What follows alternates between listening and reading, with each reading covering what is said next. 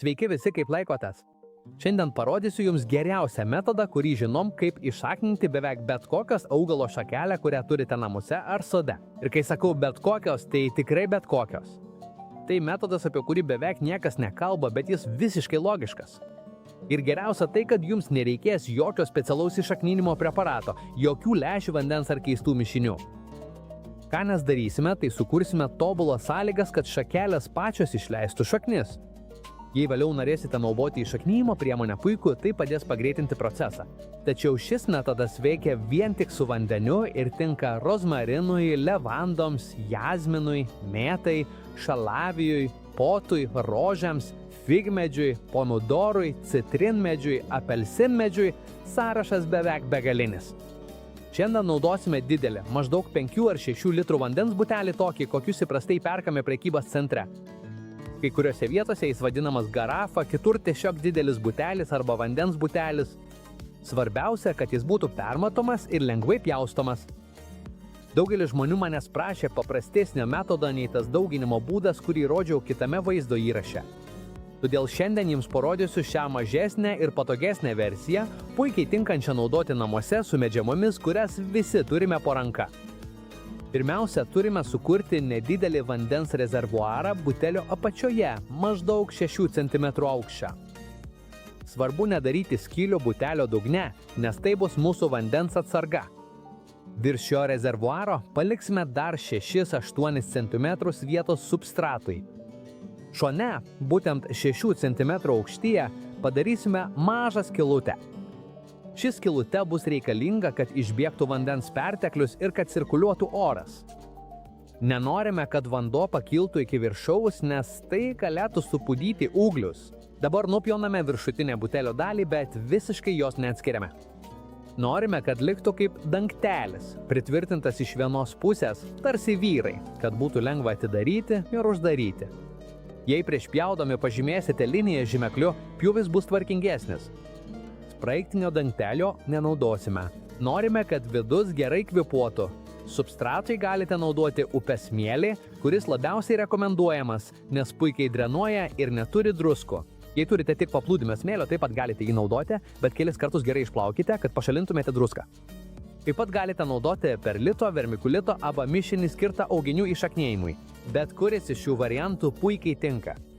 Kai jau turėsime smėlį viduje, uždengiame šoninę skylutę vatos gabalėliu, tik tam, kad smėlis neišbėgtų. Dabar įdedame vatą ir padedami to paties smėlio ją pastatome į tinkamą vietą. Tada užpildome likusį smėlį iki anksčiau pažymėto lygio. Vata leidžia cirkuliuoti vandenį ir orui, bet neleidžia substratui iškristi. Po to pripilame vandens į dugną, kol jas pradės bėgti pro tą šoninę skylutę. Tuo momentu jau žinosime, kad vandens lygis yra būtent ten, kur norime. Įsitikinkite, kad skylutė neužsikimštų, nes jei jį užsikimš, vidus prisipildys per daug ir auginiai gali pradėti pūti. Dabar pereikime prie auginių. Šiuo atveju naudosiu rozmarimą, nes tai viena iš dėkingiausių augalų pradžiai. Idealaus auginių dydis turėtų būti apie 10-15 cm ilgio. Nereikia, kad šakelė būtų stora kaip pieštukas. Pakanka, kad ji būtų sveika, pusiau sumedėjusi, nei per žali, nei per kieta. Nuo apatinės dalies nuimame lapus, paliekame tik viršutinius. Jei norite, galite ant pjūvio pagrindo užtepti šiek tiek natūralaus alavijo gelio. Jis padeda užgyti ir apsaugo nuo infekcijų, bet tai nėra privaloma. Tada įsmegiame auginį į smėlį, bet ne į pat butelio dugno. Prisiminkite, kad paskutiniuose 6 cm yra vanduo, todėl auginys turi likti tiksliai virš skylutės lygio toje vietoje, kur smėlis drėgnas, bet nepermirkęs. Ši sistema veikia dėl kapiliarumo reiškinio. Vanduo iš dugno pamažu kyla per smėlį, palaikydamas pastovų ir tobulą drėgmės lygį, kad auginiai pradėtų leisti šaknis ir nepūtų. Yra 2 svarbus dalykai, kurių negalite pamiršti. Pirma, niekada neleiskite, kad dugne esantis vanduo visiškai išdžiūtų. Kartkartėmis patikrinkite ir ją reikia papildykite.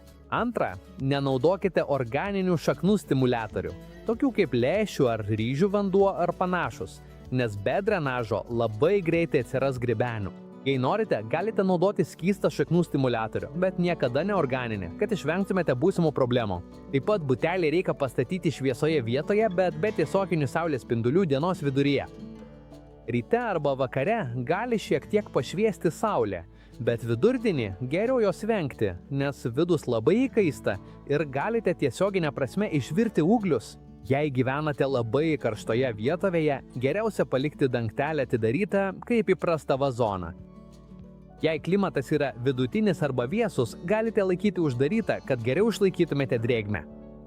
Netgi galite uždėti akmenuką ant viršaus, kad dangtelis visiškai neužsidarytų.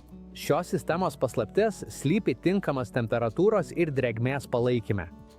Mums reikia aplinkos, kurioje drėgmė būtų nuo 80 iki 90%, o temperatūra apie 20 laipsnių Celsijaus, tai yra maždaug 68 Fahrenheito laipsniai. Nereikia būti tiksliai ar turėti termometrą. Pakanka butelį pastatyti gerai apšviestoje, šiltoje vietoje, kur nėra skersvėjų. Svarbiausia, kad smėlis niekada visiškai neišdžiūtų ir kad ūglis būtų stabilioje aplinkoje. O dabar svarbiausia iš visko – kantrybė.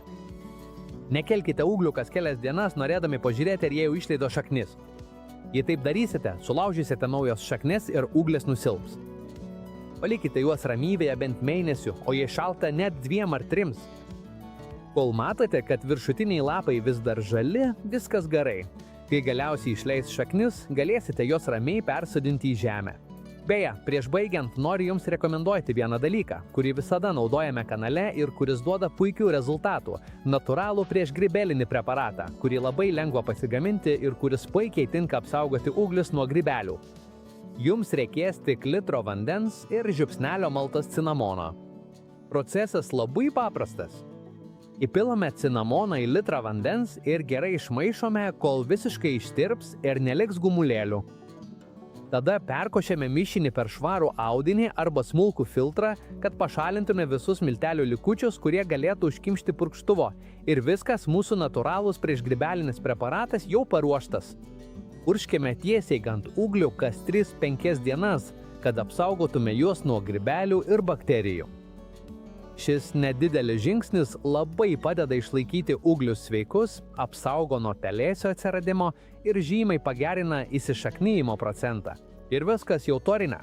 Su paprastu vandens buteliu ir šiek tiek smėlio galite pasigaminti mini namų ūglių daigyklą savotišką, savaime laistomą vazonėlių ūgliams. Su šia sistema galėsite dauginti rozmariną, levandą, šalaviją, jazminą, mėtą, rožės, figmedį, pomidorus, citrusinius augalus.